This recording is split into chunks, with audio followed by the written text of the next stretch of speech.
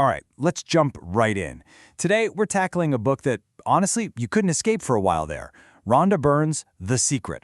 We're going to break down its core philosophy, get right to the heart of what it's all about, straight from the source. So the whole thing really kicks off with this huge question. What if you could have, be, or do anything you want? Now, according to the book, this isn't just some daydream. Nope. It's the promise of a hidden universal law that's just waiting for you to use it. So where does this all come from? Well, the book starts by telling us this isn't some new idea. It's actually a great secret, this incredible piece of knowledge that's been passed down through history. So who is in on this secret? Well, the book lays out this seriously impressive list of names. We're talking heavy hitters like Plato, Shakespeare, Newton, even Einstein. The idea here is that this secret knowledge was the common link between some of the most influential people who ever lived. Okay, so if all these famous people knew about it, why didn't we? Well, the book has an answer for that. It claims the secret was intentionally hidden. You see this quote here from Dr. Dennis Waitley, leaders wanted to keep the power and not share the power. So the book basically positions itself as the big reveal, the moment this powerful knowledge finally gets shared with everyone, not just the elite. So what is this great secret? It all boils down to one single concept, the law of attraction. The book calls this the most powerful law in the entire universe. And the principle? It's actually super simple. Like attracts like. Or to put it another way, whatever you think about, you bring about. Period. All right, that brings us to the next big question. How does it work? How do thoughts actually become things? If the law of attraction is the what, this section is all about the how. So let's dive into the mechanics. A really central idea here comes from this writer from the 19th century, Prentice Mulford. He said, "Every thought of yours is a real thing, a force." And that right there is the foundation of the whole book. The idea that your thoughts aren't just these passive little things floating around in your head. No, they are active, powerful forces that are literally shaping your world. And to explain this, the book uses this amazing analogy. Think of yourself as a human transmission tower. That's right, a broadcasting station. Your thoughts are magnetic, and they're always vibrating at a certain frequency. You are constantly sending these signals out into the universe, and the universe, in turn, is responding to whatever frequency you're on. Okay, now here's a really crucial part of how this whole thing supposedly works. The book argues that the law of attraction doesn't hear words like don't, not, or no. It just focuses on the subject of the thought.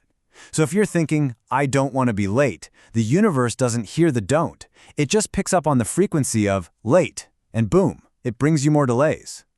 It's all about what you're focusing on, not whether you want it or not. So if your thoughts are sending out these frequencies, how in the world do you know which one you're on? Well, according to the book, the answer is simple. Your feelings. Your emotions are your built-in feedback system. If you feel good, that's the universe telling you, yep, you're on a positive frequency, keep it up. But if you feel bad, that's a warning sign. It's a signal that you're focused on something negative. Okay, this all leads us to the really practical part. The how-to guide. The book lays out what it calls the creative process. It's a simple three-step system that's basically presented as the instruction manual for creating your own reality. And to set this up, the book gives us this fantastic metaphor. It says to think of the universe like Aladdin's genie. You are the master of the lamp, and the genie has one job and one response to everything you ask for, everything you think about. Your wish is my command. So how do you get the genie to do its thing? According to the book, it's this simple three-step process. First, step 1, ask. You have to get super crystal clear on what you want and make your command to the universe. Then, step 2, believe. This is huge. You have to have this unwavering faith that what you ask for is already yours. And finally, step 3, receive. This one is all about feeling. You have to feel the joy, the excitement, the gratitude right now, as if you already have it. All right, so let's get into a couple of powerful tools the book says can really turbocharge this whole creative process. We're talking about gratitude and visualization. First up, gratitude. The book presents gratitude as this major energy shifter. As Marcy Shimoff says in this quote, gratitude is absolutely the way to bring more into your life. The thinking here is that when you feel genuinely grateful for what you already have, you're sending a powerful signal to the universe that says, hey, I'm ready for more good stuff. And then there's visualization. Now, this isn't just wishful thinking or daydreaming. The book is very specific. It's powerfully focused thought in pictures. But here's the secret sauce. The real power of visualization, according to the book, comes from generating the feeling of having it now. That feeling is what acts like a magnet, pulling that reality right to you. In fact, the book suggests you try this. Just for a second, close your eyes. Imagine you're sitting in your brand new car. See your hands on the steering wheel, feel the smooth leather, smell that classic new car scent. Now hold that. According to The Secret, that feeling you're generating right now, that's it. That's the magnetic force that makes it real. Okay, so this all brings us to the final and maybe the most profound part of the whole philosophy, understanding your own unlimited power. This is where the whole thing shifts. It moves beyond just, getting stuff and into realizing who you really truly are. And this is where the book really goes big, scaling its claims up to a cosmic level. It pulls this quote from quantum physicist Dr. John Hagelin, who suggests that we're not just creating our own little lives, but that ultimately we are the creators of universal destiny.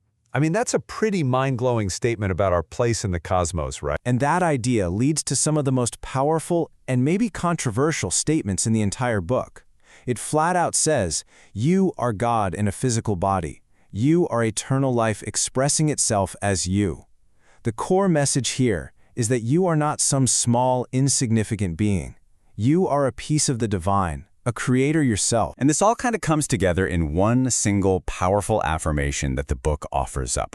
It's designed to cover pretty much everything anyone could ever want. I am whole, perfect, strong, powerful, loving, harmonious, and happy. The whole idea is that if you can truly embody this statement, you align yourself with all the good things in the universe. So, in the end, we circle right back to the beginning, but now with a completely different perspective. The book isn't just asking you what you want anymore. It's handing you the pen. It's telling you that you are the author of your own story. So the final big question it leaves you with is, what will you write next?